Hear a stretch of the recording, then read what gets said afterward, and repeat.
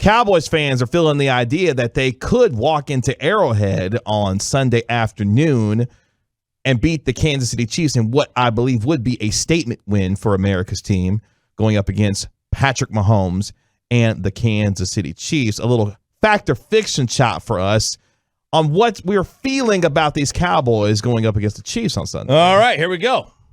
Fact or fiction. The Cowboys' splash plays on defense and special teams, so like the punt blocks or the interceptions, are masking the other issues they have with those units. Fact. Because as well as the Cowboys have taken the ball away from their opponent this year, this is still a defense that gives up significant pass plays and big chunk plays in the passing game and can be had downfield. And as good as Trayvon Diggs has been with his 8 interceptions, Anthony Brown emerging and getting better week over week, this is a big play offense that can make plays against a secondary that has given up big plays throughout the season.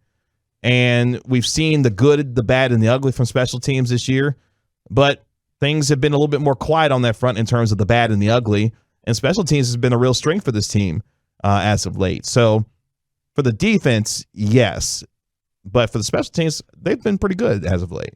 Yeah, they have. They really have. I would say that it's a fact. You know, the special teams, the plays are so limited. You know, so as long as they're not making mistakes, as long as the special teams doesn't make mistakes, that's all I ask for. Yeah, as long as you're converting extra points the way that you need to. Anything you get from them is gravy. Yeah, exactly. Despite the top-heavy NFC, anything less than the NFC Championship game would be a massive letdown. Oh boy. I'm going to go fact because you have the number one scoring offense in the NFL. The way that the Cowboys, I go back to the Denver game because the Cowboys really beat themselves that day. If this Cowboys team doesn't make mental mistakes, clean up some of the penalties, hello Connor Williams, and the Cowboys play to their capabilities on most weeks, there isn't many teams in the NFL, if any, that can stop them. The Cowboys can beat themselves the way that they did against Denver. If they don't, I don't see much of any team in the NFC beating this team. Now, granted, you've got to have the ability to continue to take the ball away, winning the turnover battle and limiting the big plays, but this offense can carry you if they're playing up to their capabilities. And for the most part this season, we've seen that from them. Okay. Yeah, look, I mean, I don't think it'd be a massive letdown because it's like you get to the playoffs and you're in the NFC, the second round game is your game in the divisional round is going to be against one of the Cardinals, Rams, Packers, Bucks. Like, sorry, I can't sit here and say that if I don't beat that team, that my season's a letdown. Those are 4 of the 7 best teams in the NFL. Or something close to that. Yeah, I would agree with that. Those games are going to be decided not by a possession, but literally by a play. A single play. I'm not going to lose my mind if they lose to them. Well, I think we believe now that this Cowboys team is capable of making those plays that can decide the margin between wins and losses now. Yeah, I think we are. That's because Dak is playing at a level that, he's better. He gets better every year. Yeah. But again, Tom Brady ain't no slouch, and Aaron Rodgers ain't no slouch, and Kyler Murray and Matt Stafford, I mean, they ain't no slouches either. Like, the other quarterback is going to be pretty good. Pretty good. So I'm not going to lose my mind if they don't. Now, if there's an upset in the first round and they get to play Minnesota in the divisional round, yeah, then it's a letdown if they don't get to the conference championship game. But if their second round matchup is against Tom Brady, like, what am I going to do? Get mad that they lost? Not necessarily get mad, but look, the way that they played Tampa at the beginning of the season. Or Aaron Rodgers. Yeah. What, to get upset? I mean, Aaron Rodgers has victimized the Cowboys in the playoffs. You go to Lambeau Field for the division round and you lose. I'm not going to lose my mind over that. Yeah. Okay, you lost at Lambeau in the second round of the playoffs. It sucks, but I'm not going to say it's disappointing, but I don't think it's a letdown.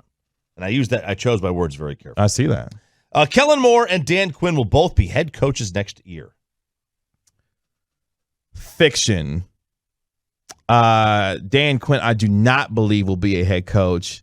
I'm having a hard time believing that Kellen Moore will not be a head coach within the next year or two, if not next year, because what's been the trend going around the National Football League? Young, talented offensive minds who have created offenses or have helped offenses become better. And you look at the Sean McVays of the world. You look at the Cliff Kingsburys of the world, Zach Taylors and others, what he's doing in Cincinnati with, Joe Burrow. That's the trend of the league right now. Young, talented offensive minds with creativity that can help quarterbacks continue to get better. Kellen Moore has shown that time and time again, and I think he is the new flavor of the month when it comes to the next kind of coach that fits that trend that the NFL is going for right now. I think that I don't think both will be I don't think both will be head coaches next year. But there's a really good but I do think one of them will be. I think Kellen will be. And I did a little study a couple of weeks ago that we never got to, but I do believe that that's not going to be as big of a loss as everybody is going to freak out about. Because Troy Aikman lost his coordinator in the middle of his career. He won a Super Bowl after that. And, Peyton Manning has had like 5 different head coaches, and he went to a Super Bowl with 4 of them. And Tom Brady has had a bunch of different coordinators throughout his career. And Aaron Rodgers has had different coordinators throughout his career. He's done okay. It's about the quarterback a lot of times, not about the guy calling the plays. All right, next up. Mike McCarthy is the most deserving of Coach of the Year. Wow, I'm going to go fiction, and that's hard because, your boy is a Mike McCarthy guy. He was the one that, said, hey, when the Cowboys eventually let Jason Garrett, put him out of his misery. So I was like, hey, I think the Cowboys may consider hiring Mike McCarthy, which, it turned out to be. Mike Vrabel right now, to me, is the most deserving of Coach of the Year. What he's doing with the Tennessee Titans, the teams that they have beaten, what are they on a 6-game winning streak right now? If I had to say who Coach of the Year is right now, which I guess is in line with who I felt was the best team in the NFL at this point, which is the Tennessee Titans, Mike Vrabel to me right now is the NFL's Coach of the Year. Folks will say, well, Cliff Kingsbury deserves a lot of consideration there. They lost Derrick Henry, and you say, Kevin, well, they haven't had, Kyler Murray or DeAndre Hopkins with Cliff Kingsbury. Mike Vrabel to me right now is Coach of the Year. All right, I think Vrabel probably is in the there's a lot of guys. Bill's going to be in the running if they go and they wind up going, let's say 11-6. Then Bill will be in the running. I think a lot of it depends on how the Cowboys finish. We're sitting here at 7-2. If the Cowboys get the number 1 seed in the NFC, Mike McCarthy has a very strong case of being the NFL's Coach of the Year. Yeah. No doubt. 7-2 now. If they finish 12-5, probably not going to get it. Right. That's a little bit of a stumblage down the block. So I think he's in the running, no doubt, but I don't think he's the favorite. The O-line is this team's most important unit. Fact. Because, look, the way that they are able to protect Dak Prescott is going to be key in having this team continue to be the success that they have offensively. Now, again, the right side of this offensive line has been stabilized with Zach Martin and Leo Collins.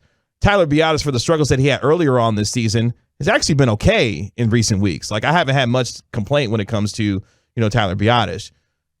Terrence Steele has done an okay job, last week, against the Atlanta Falcons. To me, it's still about the left guard position.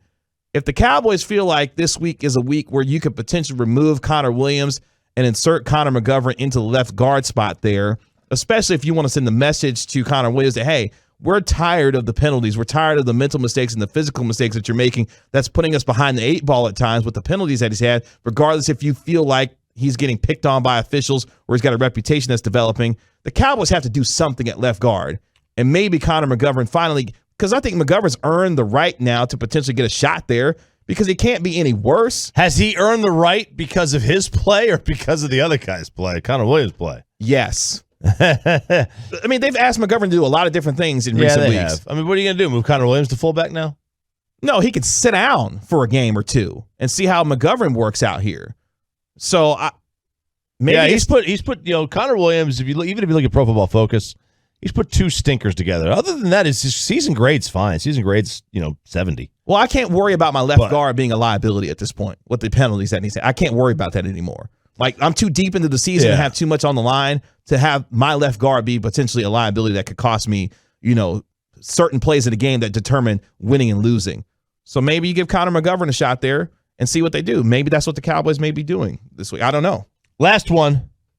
Their record in their next 3, Chiefs, Raiders, Saints, will determine if this is a championship contender or not. Fact. If you go 2-1 or 3-0 in this stretch, you've announced yourself as you put them on the table. Yeah, as a legitimate Super Bowl contender, especially if you're able to go on the road this weekend and beat Kansas City. Yeah. Like, if you lose on Thanksgiving Day, if you're going to lose one of the games, you lose the game this week against Kansas City if you're going to go 2-1. Yeah. Because you should beat Vegas at home, and you should beat New Orleans in their building, as difficult and as a rivalry game as it is. If they go 2-1, I would be, I guess, quote unquote, okay with the loss against Kansas City because it is Patrick Mahomes and Kansas City Chiefs. But I would not be shocked if this team went 3-0 in this stretch. Yeah, if they go 2-1, I'm cool with it. Me too. 3-0, obviously, great. Yeah, if they lose 2 of 3, and 2 of 3 would be, I would assume the losses. I'm going to assume if they lose 2 of 3, the losses would be Kansas City and the Saints. Mm-hmm. I'm sorry. I can't buy into that. Kansas City and the Raiders. I can't imagine they lose to Trevor Siemian. Well, it was just ironic because Simeon's beaten the Chiefs, beaten the Cowboys before, actually. But I always view the rivalry games as toss-up games. Even as good as the Cowboys are, the Saints defensively are still pretty good. And while they have real questions at the quarterback spot, you just never know what happens in those rivalry games. They should be favored to beat the Saints, but I would be disappointed if they lost at home to the Raiders and then on the road against the Saints. Again, the Chiefs lost. If they lose there, okay, no harm, no foul.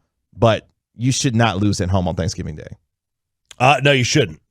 You shouldn't. But I mean, we've seen them lose games on that they should. That Buffalo game was surprising a couple years ago. That was Thanksgiving, right? That was Thanksgiving. Don't remind me of that. Oh man, and I knew Buffalo was a good team, but that loss stung. It stung quite a bit. Different regime, a lot of different things there for that game, but that loss stung something fierce. Watching Cole Beasley celebrate in the locker room burned me up the rest of that day. That burned me up that day. But anyway.